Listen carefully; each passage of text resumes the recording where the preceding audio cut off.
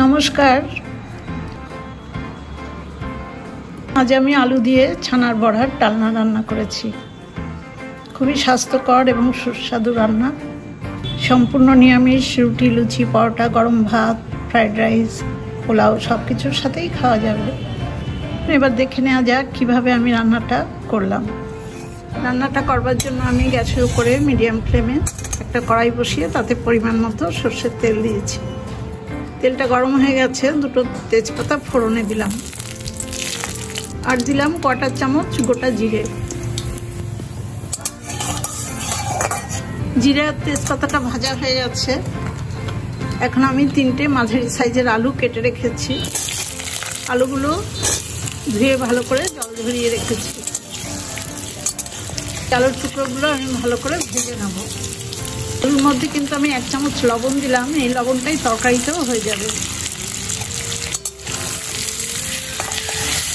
আলুর টুকরোগুলো খুব ভালো করে ভেজে নিয়েছি। এবার আমি মশলা দেব। আলুগুলো তুলে রাখবো না, এর মধ্যেই আমি মশলা দিয়ে দেবো। 1 চামচ গুঁড়ো হলুদ জলে ভেজানো,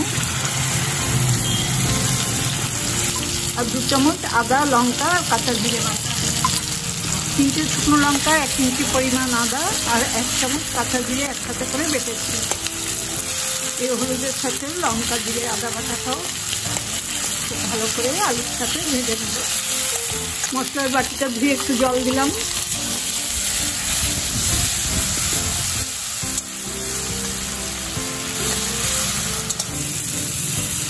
মশলাটা কষানো হয়ে গেছে। এবার 2টো ছোট সাইজের টমেটো আমি ছোট করে কেটে নিয়েছি, সেই টমেটোগুলো দিয়ে দিলাম। মশলার সাথে, আলুর সাথে, টমেটোর সাথে আবার কিছুক্ষণ আমি কষিয়ে নেব। টমেটো দেওয়ার পর আরও 3-4 মিনিট আমি কষিয়ে নিয়েছি। এবার আমি 1/2 কাপ ফ্রোজেন করা মটরশুঁটি দিলাম।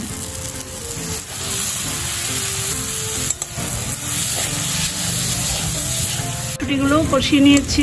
এবার পাশে বার্নারে গরম জল আছে, সেই গরম জলটা দেব।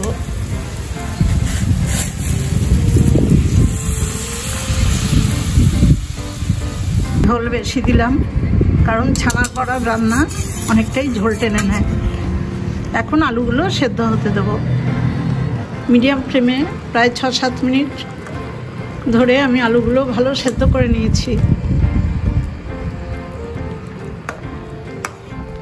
এবার ছানার বড়া দেবো। এগুলো দেখুন, আমাদের এখানে মিষ্টির দোকানে কিনতে পাওয়া যায়। 200 গ্রাম বড়া আছে, এই বড়াগুলোর মধ্যে দিয়ে দিলাম।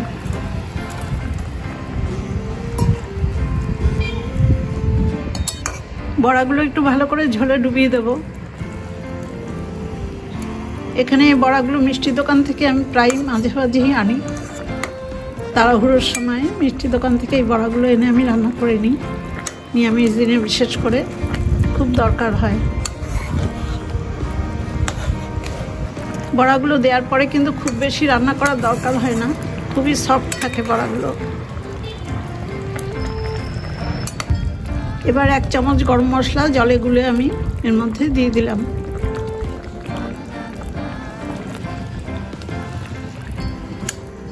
রান্নাটাতে কিন্তু আমি কোনো চিনি বা গুড় দিলাম না, মিষ্টি ছাড়াই রান্নাটা করলাম।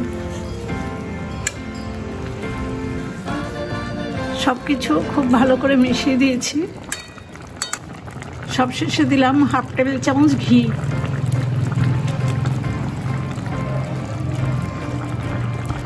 এবার গ্যাসের ফ্লেমটা অফ করে দিয়ে আমি ছানার বড়ার ডালনা কিছুক্ষণের জন্য ঢেকে রাখবো। স্ট্যান্ডিং টাইমে 5 মিনিট রেখে তারপর আমি সার্ভ করব। আমি একটা বাটিতে সার্ভ করে দিচ্ছি। এখানে মিষ্টির দোকানে, বাজারে এইভাবেই ছানার বড়া বিক্রি হয়, আমরা কিনি।